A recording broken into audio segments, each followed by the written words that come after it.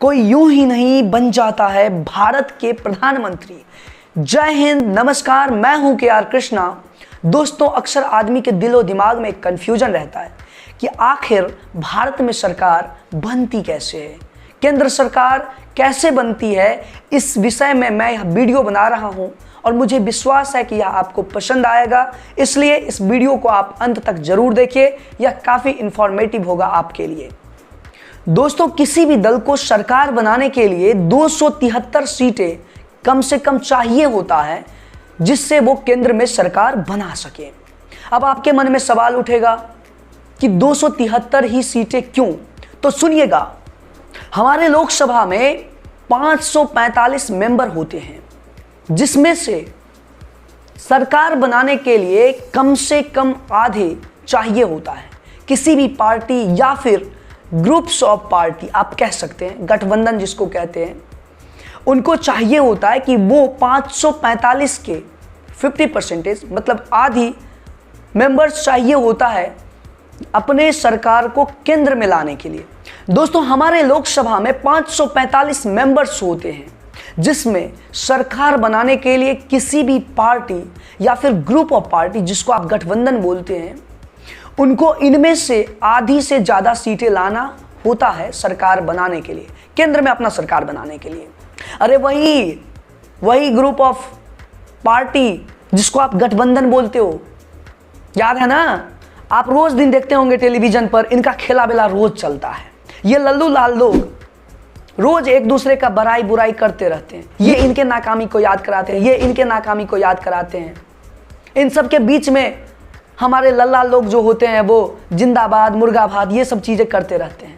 तो सर, इसका मतलब ये हुआ कि जिस पार्टी ने या जिस ग्रुप्स ऑफ पार्टी ने ज़्यादा सीटें जीती हैं, वही सरकार बना सकती हैं और उन्हीं को मौका मिलता है अपने नेता चुनने का।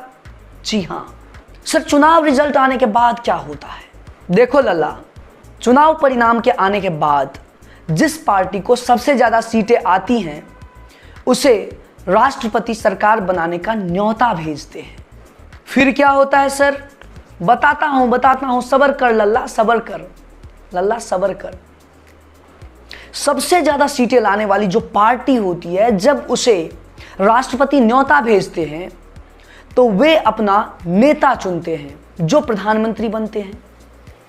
और फिर राष्ट्रपति क्या करते हैं? तो प्रधानमंत्री और उनके जो मंत्रिमंडल होते हैं, जो पार्टी जीते होते हैं, जिनका सबसे ज़्यादा सीट होता है, वो अपना प्रधानमंत्री चुनते हैं और फिर प्रधानमंत्री के साथ एक लिस्ट बनाते हैं जिसमें अपने मंत्रिमंडल के जितने भी सदस्य होते हैं उन सब का नाम लिखते हैं और वो भेजा जाता है राष्ट्रपति के पास और राष्ट्रपति उन सब को शपथ दिलाते हैं।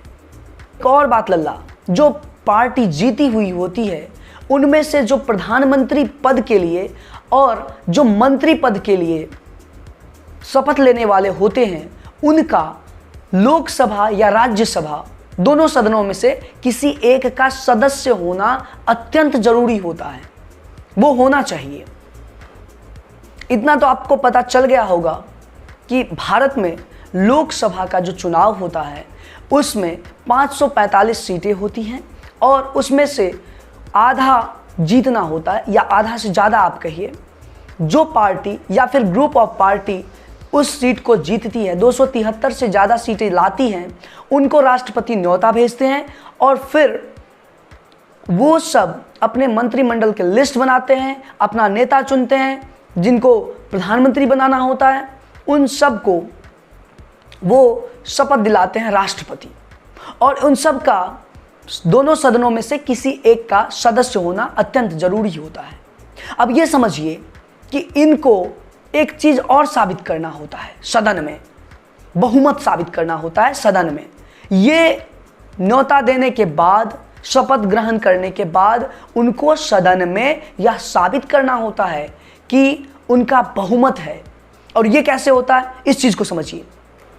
अक्सर आप टीवी पर बिग ब्रेकिंग न्यूज़ में देखते होंगे कि चुनाव जीतने के बाद भी खरीद फरोख्त जो होता है उसका सिस्टम जारी रहता है, होता है ना। ये सदन में बहुमत साबित ना हो, इसके लिए ये सब चाल चला जाता है।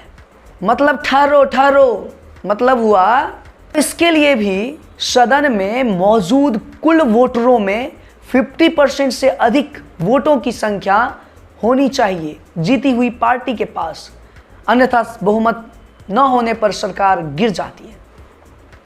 मतलब इसके लिए भी सदन में मौजूद कुल वोटरों के 50% से ज्यादा वोट की जरूरत होती है जीती पार्टी को।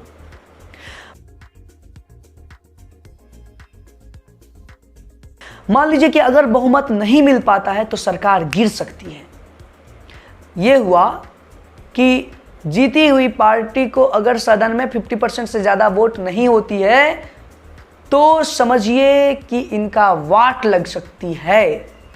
अगर आप राजनीतिक गणित को ठीक ठीक से समझे तो एक बात सामने उठकर आती है। वह बात यह है कि पार्टी चुनाव में शामिल होती है और परिणाम आने पर जिस दल को सबसे अधिक सीटें आती हैं अर्थात 272 प्लस, तो उनकी सरकार बनती है, जिसके लिए राष्ट्रपति उन्हें न्योता भेजते हैं। फिर अधिक सीटें लाने वाले दल अपना नेता चुनते हैं जो प्रधानमंत्री पद के लिए होते हैं।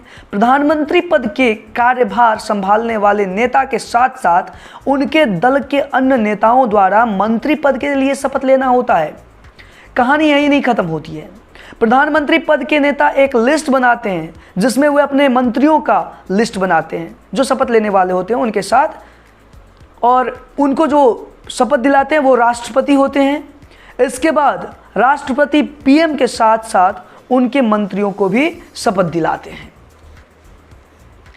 शपथ ग्रहण करने के बाद राष्ट्रपति संसद का सत्र बुलाते हैं जिसमें प्रधानमंत्री को लोकसभा में बहुमत साबित करना होता है। और यह सब कुछ मैंने आपको पहले भी बताया इसमें, लेकिन इसको एक समरी के तरह से समझिए कि अब जब यह प्रोसेस होता है तो नई सरकार की गठन की आधिकारिक प्रक्रिया शुरू हो जाती है। यह सब कुछ आपको संविधान के अनुच्छेद 17(4) में मिल जाएगा। अब जब यह सब प्रोसेस हो जाता है तो नई सरकार का गठन का आधिकारिक प्रोसेस शुरू हो जाता है, और यह सब कुछ आपको अनुच्छेद 74 में मिल जाएगा। उसमें पूरा चीज एक एक करके लिखा गया है कि कैसे गठन करना है, कैसे मंत्रिमंडल को पद मिलते हैं, क्या क्या कार्यभार होता है, यह सब कुछ आपको 74 अनुच्छेद में मिल जाता है। यह सब कुछ तो था कि सरकार कैसे बनती है, लेकिन सरकार गिरती कैसे है वह भी मैं आपको इसी वीडियो में बताऊंगा। और वो है कि अविश्वास प्रस्ताव में अगर सरकार के विपक्ष में ज्यादा वोट पड़ गए, मतलब सदन में मौजूद कुल सदस्यों में से आधे से एक भी अधिक अगर सरकार के खिलाफ वोट हुआ तो उस स्थिति में सरकार गिर जाती है। फॉर एग्जाम्पल, संसद इतिहास में पहली बार 1963 में उस समय के पीएम जवाहरलाल नेहरू की सरकार के खिलाफ जेबी कृपलानी ने अविश्वास प्रस्ताव रखा था। इस प्रस्ताव के पक्ष में सिर्फ 62 वोट गिरे थे। जी हाँ, सिर्फ 62 वोट पड़े थे, जबकि विरोध में 347 वोट पड़े थे। यही है कुछ क्रोनोलॉजी सरकार बनने बिगड़ने की। आशा है यह वीडियो आप सबको जरूर पसंद आया होगा, और अगर पसंद आया हो तो please share and subscribe our channel. आज के लिए इतना ही, फिर मिलते हैं अगले वीडियो में एक अलग इंफॉर्मेटिव टॉपिक के साथ। जय हिंद, जय भारत।